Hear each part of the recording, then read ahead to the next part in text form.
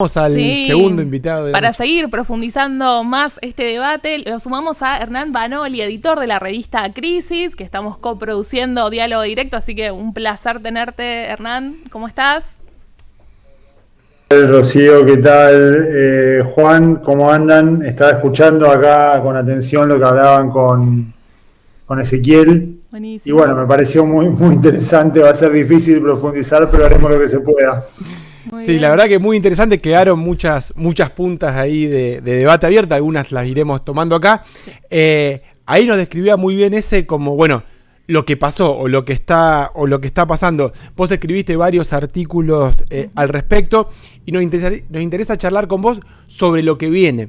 Digo, no solamente describir la realidad o lo mal que estamos, sino, bueno, cómo imaginamos opciones a futuro. Sobre todo, nosotros venimos insistiendo mucho desde este programa con la idea de pensar lo que viene después de la pandemia, de que si realmente no organizamos de otro modo el mundo, nos van a volver a pasar las mismas cosas.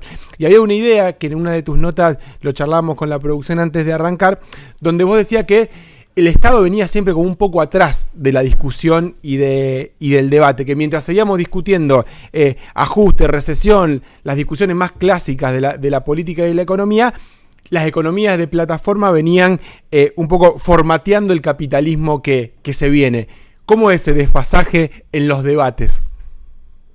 Sí, con respecto a lo primero que estabas planteando de Juan, de lo que se viene, creo que hay un punto en el que por un lado es un desafío pensar cómo vamos a salir de esto, y por otro lado también pensar un poco cosas que ya están pasando, ¿viste? Porque, digamos, me parece que todos estos rasgos monopólicos y toda esta predominancia que tienen las aplicaciones, con lo que es la pandemia, se super maximizó. O sea, crecieron un montón, crecieron muchísimo, tienen cada vez más usuarios, recaudaron cada vez más. Había gente que quizás era reticente, por reticencia a la tecnología o por cuestiones que tienen que ver con este funcionamiento tan predatorio que tienen, que terminaron cayendo en la aplicación, porque bueno, digamos, hay cosas que hay veces que no se pueden resolver de otra manera en un contexto de confinamiento. Entonces me parece que ellos ya están dando un salto enorme.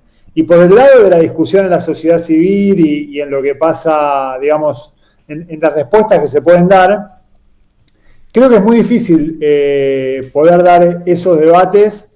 Yo durante mucho tiempo estuve muy enojado con esto que vos estás diciendo, digamos, y era de que, bueno, estamos discutiendo cosas que son importantes, lógicamente, y son entendibles en el contexto en el que vivimos, pero muchachos, acá, digamos, hay cuestiones de la macroeconomía que están pasando por otro lado y que no estamos ni siquiera dando la oportunidad de pensarlas.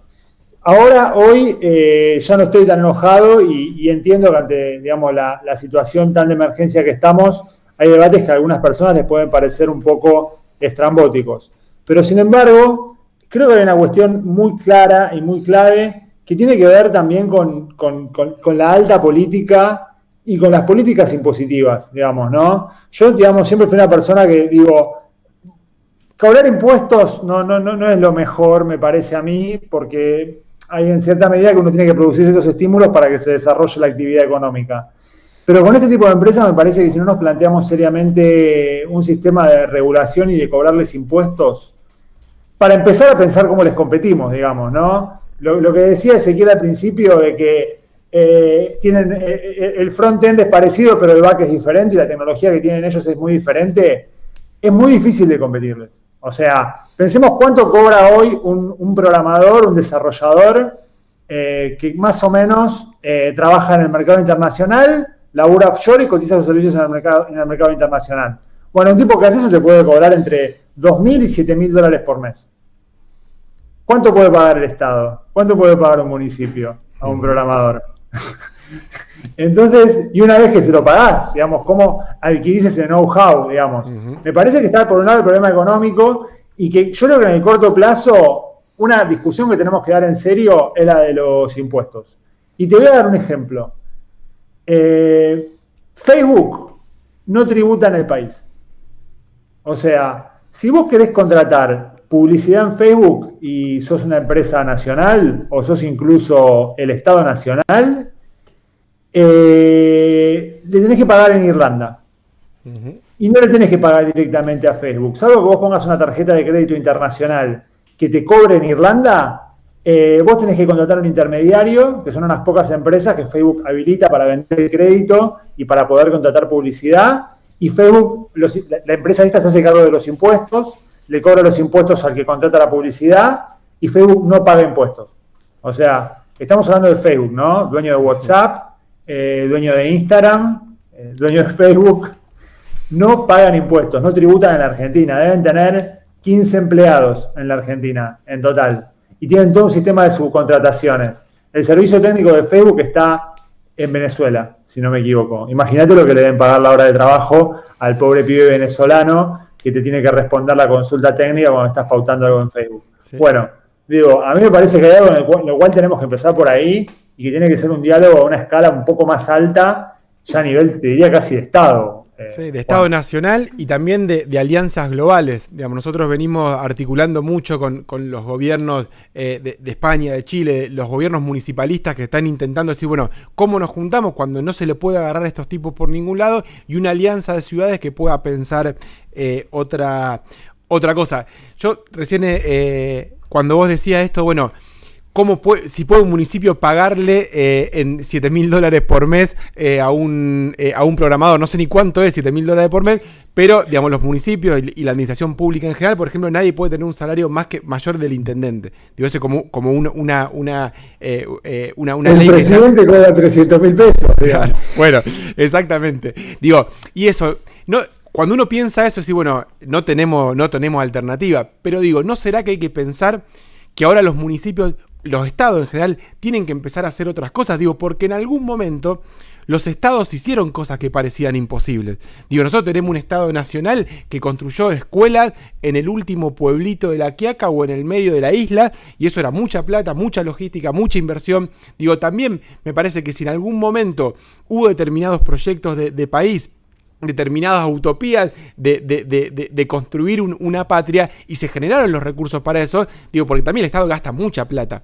Entonces, digo, me parece que también es pensar, bueno, cuáles son las atribuciones o las nuevas herramientas que tienen que tener los estados para este siglo. Nosotros siempre decimos lo mismo, es muy difícil que los estados, digamos, con las mismas herramientas del siglo XX o del siglo XIX, con los mismos parlamentos, las mismas formas, pueda abordar los problemas de la sociedad del siglo XXI, pero parece que ahí hay un desafío enorme. Yo coincido completamente con eso.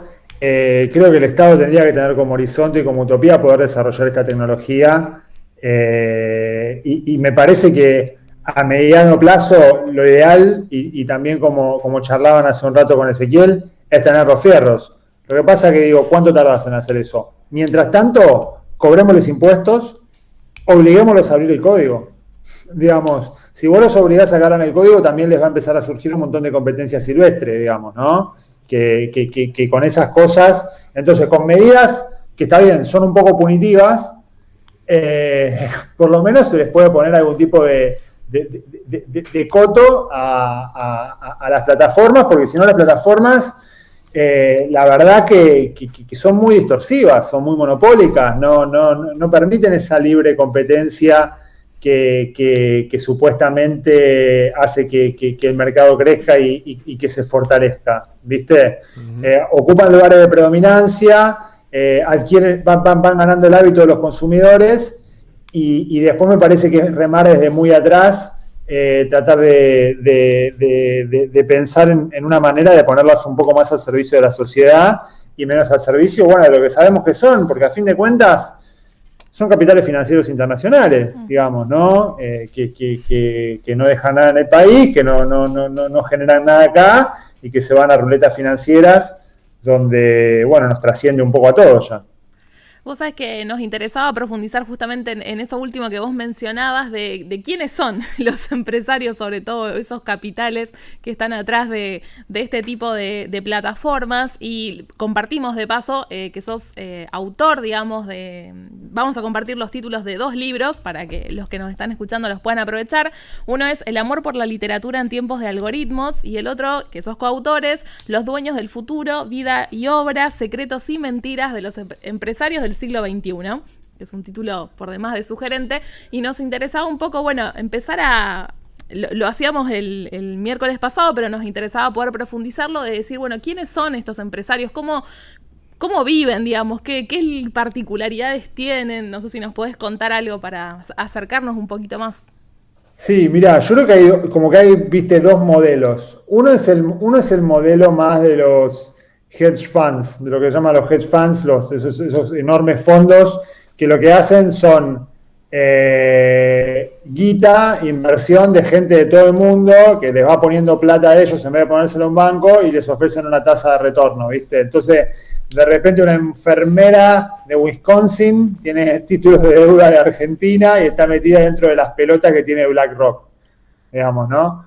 Ese es un modelo. Y ese modelo está muy cercano y está muy asociado y es muchas veces el que permite, digamos, el capital para que se desarrollen los que todavía siguen siendo estas figuras empresarias rupturistas, vanguardistas, que llevan adelante las empresas de tecnología, que bueno, en Estados Unidos los arquetipos son Jeff Bezos, Elon Musk, Zuckerberg en el caso de Facebook, y nosotros acá, que era un poquito lo que trabajamos en el libro con Alejandro Galiano, tenemos sus versiones vernáculas, digamos, que son, por ejemplo, Marco Galperín, y nosotros en el libro laburamos también el caso de los muchachos de Globant, que Globant es una empresa muy particular, es una empresa argentina que desarrolla software, o sea, esto que estamos diciendo de desarrollar los fierros, bueno, ellos fueron pioneros en eso, comprendieron que acá en Argentina hay un capital humano y de programadores muy bueno, y bueno, generan valor, o sea, los clientes de Globant creo que el 90% están afuera del país, ¿no? Trabajan para afuera, cobran en dólares, etcétera, pero bueno, esos son los que nosotros tomamos. Lo primero que hay que decir de estas dos empresas es que estas dos empresas crecen, florecen y se hacen fuertes en base a una ley de promoción del software. Es una ley digamos, si no me equivoco, y no recuerdo mal, del último gobierno de Cristina, que les da importantes ventajas impositivas a las empresas de software. Y en ese sentido, bueno, yo creo que en el caso de Globant está un poco más justificado, más allá de que habría que ver hasta qué punto, digamos, alcanzarían esos beneficios una empresa que trabaja para afuera, pero me parece que es adecuado, que es correcto. Y en el caso de Mercado Libre, ya Mercado Libre es una de esas empresas que son como esas entidades que uno ya son algo tan monstruoso que uno no termina de entender bien qué son, ¿viste? Uh-huh. Porque Mercado Libre es cierto que es una empresa de software, de tecnología, pero también no es eso, también es un marketplace, digamos, ¿no? Yo no veo en Mercado Libre desarrollos de software innovadores o sui generis. De hecho, a mí la página me parece bastante horrible. Es cierto lo que decía Ezequiel de que lo tratan de gamificar cada vez más, pero en Mercado Libre casi ni siquiera podés comparar productos, ¿viste? O sea, la verdad que en lo que es experiencia de usuario son bastante flojitos, digamos, ¿no? Y tienen otras ventajas, por supuesto, y por eso les va bien, y tampoco hay que decir que Mercado Libre no sirve para nada, pero me parece que en ese sentido lo primero que tenemos que tener en cuenta es que son tipos que gozaron, en el caso de Argentina, como también pasa en Estados Unidos, porque en Estados Unidos también tienen apoyo estatal de diferentes formas, pero acá de una forma muy puntual, que es esta ley de protección a las industrias del software. Y después, bueno, otra cosa que hay es toda su ideología y todo su discurso, que me parece que es algo que sí que vale la pena ser discutido, que es esta cuestión justamente de la libertad de mercado, de la desregulación, de que ellos vienen a simplificar la vida de las personas, etcétera. De irse a vivir a otro país para no pagar impuestos. Exactamente, cuando por un lado Marco Galperín, digamos, cada vez que pudo se fue del país y cada vez que puede hacer algo para evadir impuestos, la verdad que lo hizo, digamos. Y por otro lado, uno también termina viendo que yo creo que en el caso de las billeteras electrónicas, que me parece que es hacia lo que... O sea, sí. Mercado Libre creció mucho como marketplace, pero creció muchísimo más todavía como un medio de pago, como una billetera electrónica, digamos, ¿no? De hecho, cualquiera de nosotros puede darse cuenta, cualquiera que use home banking, que los home banking están desesperados, desarrollaron sus propias billeteras electrónicas y tratan de convencerte todo el tiempo de que uses la de ellos y no uses la de Mercado Libre, porque bueno, les está comiendo un montón de parte del negocio y los bancos también necesitan desarrollar esa tecnología. Yo en esa área estratégica, que es la de los medios de pago y la de las billeteras electrónicas, sí creo que el Estado puede ser competitivo. O sea, yo no sé si el Estado puede desarrollar una red social. No sé si el Estado puede ser lo suficientemente inteligente para desarrollar una plataforma como Uber. Capaz que sí, pero para las billeteras electrónicas estoy seguro de que sí. O sea, para eso el Estado tiene un montón de ventajas competitivas. El Estado podría desarrollar una criptomoneda. El Estado podría generar formas de ahorro que no vaya todo el dinero al dólar, digamos. El Estado podría hacer acuerdos con los hipermercados o con los comercios de que si usan su billetera electrónica adquieren un ligero beneficio impositivo, digamos. Ahí me parece que en todo lo que tenga que ver con el dinero, sí que hay una labor urgente de desarrollo tecnológico de parte del Estado. Bueno, y hubo lo que es la prestación de servicios lo veo más complicado, pero en los medios de pago, que son los que determinan en última medida todo, y es hacia donde creo que va la batalla del futuro, porque si nos ponemos a fijar, Facebook está desarrollando también su propia moneda, digamos, ¿no?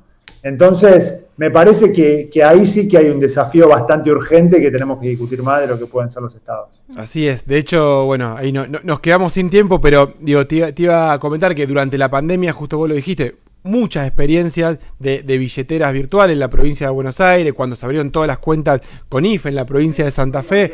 Hoy comprando con billetera Santa Fe tenés 30% de descuento en muchos lugares. Digo, también durante la pandemia fue un gran laboratorio de todas estas cosas.